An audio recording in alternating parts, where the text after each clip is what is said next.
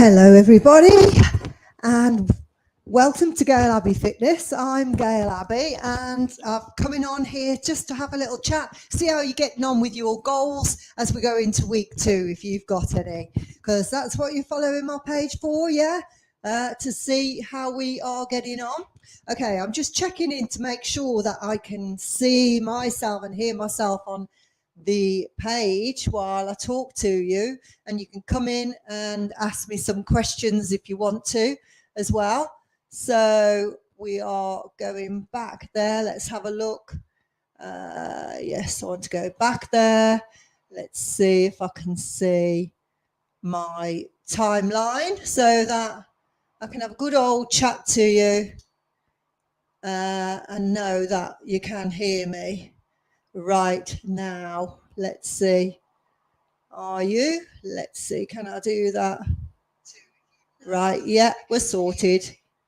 So knock that off and crack on. So, yeah, welcome to Gail Abbey Fitness page. And if you follow me on LinkedIn, or I think I'm going through YouTube at the moment. So hello to everyone on all those channels. I come on to see how you're getting on if you are doing that dry January thing, yeah? So dry January, it's very popular, and some people say, why do it?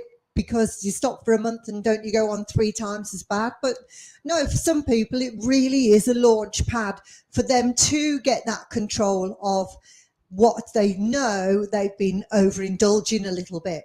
So whether you decide to stop completely for January, or whether you're just trying to tone it down a little bit, or whether you're thinking you're playing with the idea of completely giving up in the future, it's a really good time to do it. So let's have a look, because we're already 1 week in to dry January. So what would that mean for what's happened to your body already? What can you expect to see the difference of after 1 week? Okay, now bearing in mind it also depends on other factors of your life right now as well. So but you're starting with the alcohol. So what it means to you is that you can get better sleep, because when you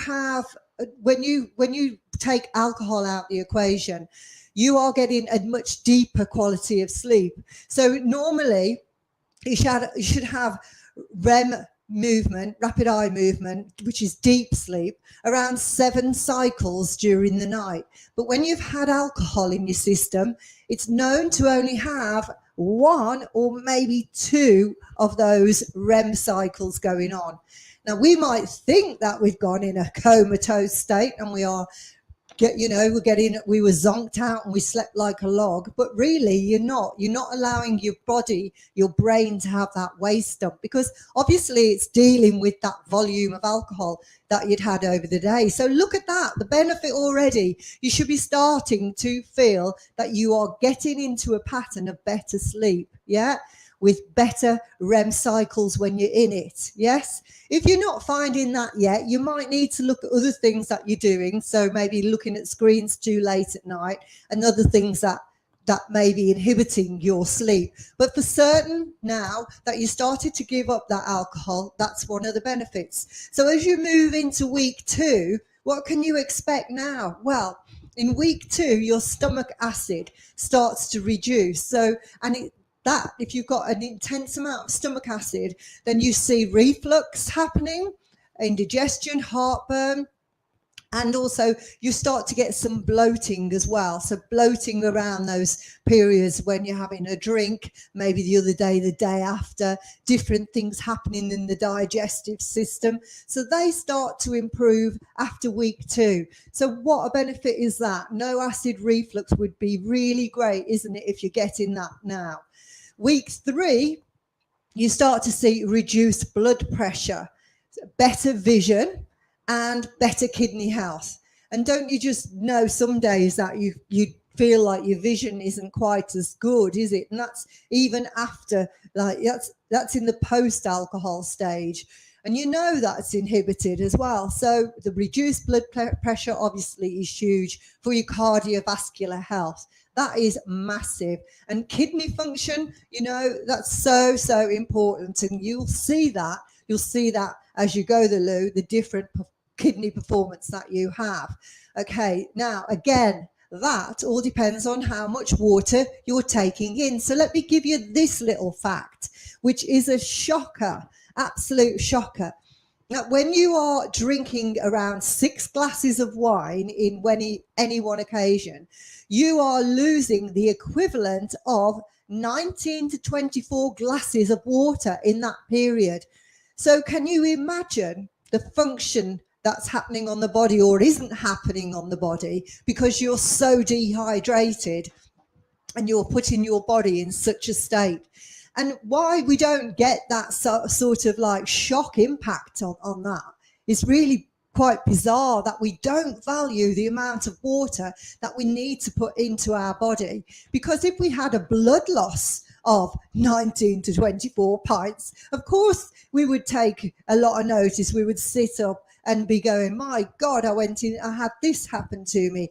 But because we are not seeing or really knowing that, why we feel tired, why we've got mood swings, why we've got cravings, why we're not clear vision, why we suffer from confusion, why we get anxiety, all of those things is got a lot to do with the fact that it's so dehydrating when you drink alcohol, that you're not allowing that brain to replenish itself of water. And so therefore all those things are going to occur. But we don't realize that's it. We just think, oh, it's hangover. We label it hangover and away we go. Yeah. So think about that. 6 glasses of wine is equivalent to losing 19 to 24 glasses of water within your system.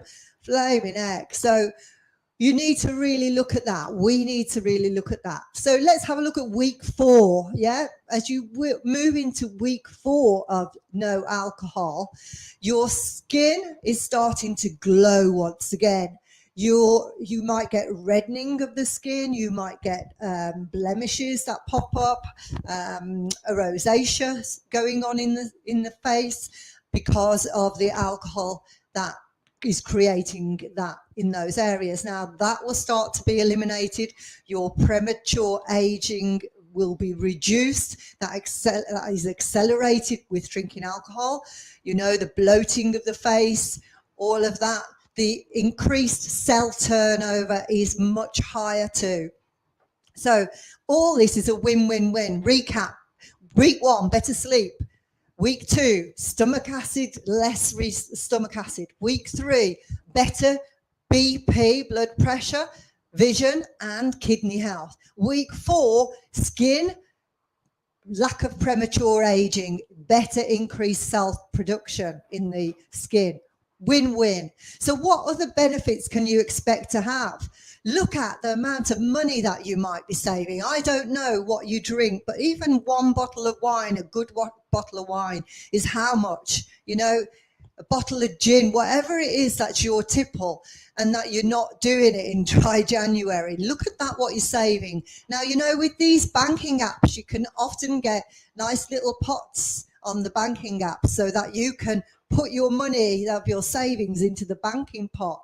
Why don't you do that? If you're on dry January now, I highly suggest that you do that for motivation, and keep that little pot and label it for what reward it might be. Weekend to Paris, you know, by the time dry January over, if you've been on a 2 bottles a week sort of person, or some people are 2 bottles a night, no judgment, whatever, but you know, think about what you can do with that money.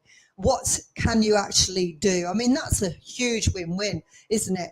So that's one benefit. You'll have saved money in bank. So we're looking at you gain control of your decisions, your life. This anxiety reduces.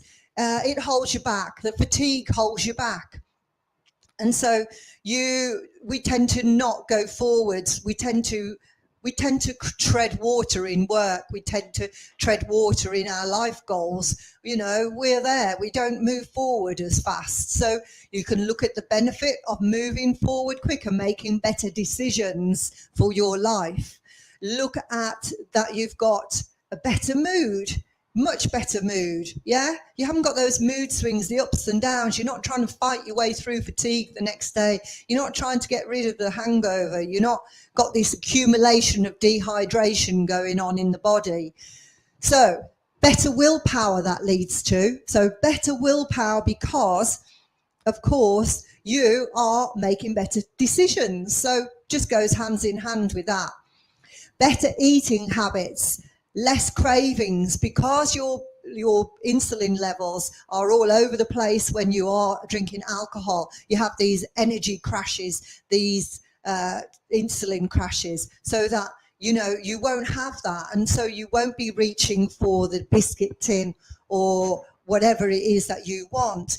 So they're the other ones. You're going to be hydrated, win-win. So how do you do that? You have to look at some of the little areas, and I didn't realise this quite so much, that a lot of people do open, because if I have a drink, it has to be in a social scene, big social scene if I go out. I'm not one to drink with food, and especially not food when I'm preparing food or doing anything like that. So this was an eye-opener, and again, no judgment, but a lot of people, it seems that start around 3 p.m. starting to think about what they want to have as they driving home maybe, or halfway through, what they're going to do when they get in at the end of the night. I'm going to have a glass of wine, I'm going to prepare this meal and whatever. So they pop the wine open during prepping the food, have a couple of glasses while they're prepping the food, and then after that, once they've done that, another bottle gets open, and then they're drinking the bottle with their partner later or on their own, and then they're finishing 2 bottles in a night. This is a habit. So we need to look at the things that you can do to change that habit, because if you're starting to do that, it can become like, right, I'm cooking tonight to take my mind off it, I'm going to have a glass of wine. And if you're finding that is going to be one that's going to challenge you, and you're going to have to think about that, because what we have to do to get out of this habitual stuff is to reframe everything. So if that's what you do, you need to put something in the wine place, don't we? So a good idea to do that is to, while you're cooking, switch on a podcast. And there's plenty of podcasts, and I really recommend this one if that's what you're going to do. It's called One for the Road podcast with David Wilson. He's also on Sober Dave on Instagram, and I've listened to him for a long time. I listened to him and chatted on Clubhouse, which is a great app to go on, by the way, if you love podcasts. This is a live podcast app, the way you can get involved, you can speak to people, you can get on the stage and talk to people and ask questions. It's fantastic. So again, if you're going through this change of stuff, then maybe you want a little bit more full-on support, and you can get that also with my Body Mind Project, which is what we do this every morning, where we come on and we talk about topics of the day, and get over these topics, talk about how we can put together this daily survival plan of things that might be trying to pull us off. So yeah, if that's one that gets you your red wine with your meal, think about listening to a podcast about giving up alcohol during dry January, or success stories of other people, how they've gone about it. So you're reframing that moment, yeah? And then other things that you can do is go onto apps. So there's some apps as well, saying I'm done drinking app, things like that to give you a little bit more motivation as well. So when you are looking again, and this can apply to any type of habit, when you are thinking about changing, it is wise to look at changing that aspect of your life. So in the simplest form, a lot of people, when they have a cup of tea, they have to have a biscuit. So it's about, when you have a cup of tea, having something there to put in its place. And especially like places, if you go to those coffee places and you're used to having a croissant with your coffee, then make sure you've got an option in your mind to have before you go, or choose a brand new coffee place that you don't go to before and you haven't got that habit embedded in you yet already for that place. So these are the little tactics that you can use to switch it up and feel like you are getting a handle on it. What are the other benefits that you can have? Well, when you aren't drinking out with people, you've got the benefit of living right in the moment, being in that moment. And actually, if we're drinking to escape being in the moment, then it isn't the drink that we need. It's the moment that we need to look at and change that. And we don't need to be running away from things. And this is why we'll get the strong resilience in the Body Mind Project. So just those are all your great benefits of not drinking, at the moment. And again, if you want to go back to drinking after the end of the January, of course, but you will feel a lot better because you will be making the choices yourself, your conscious choices. You won't be having it because it's a Friday night. You won't be having it because your friend's telling you that they want to drink with you. You'll be making conscious choices. So by doing Dry January, even if you start now, even though we're on day 8, day 9, you can still start Dry January and complete the month. And I 100% promise you're going to feel better for it, for doing that. And just going with it for this month, because you'll understand a lot more about how you work if you do that. All right, I'm going to sign off now because I've got a workout to do now for my people. If you'd like to be on the Body Mind Project, I'm off to do a workout for that, strength training, to upload the video for them for today. And that is going now, it's running now. We restart usually every Monday. So you can jump on today for now, or you can message me, get prepared and get started to start next Monday. All right. Have a great afternoon. And I hope that helps. Let me know in the comments if some of this is helping you.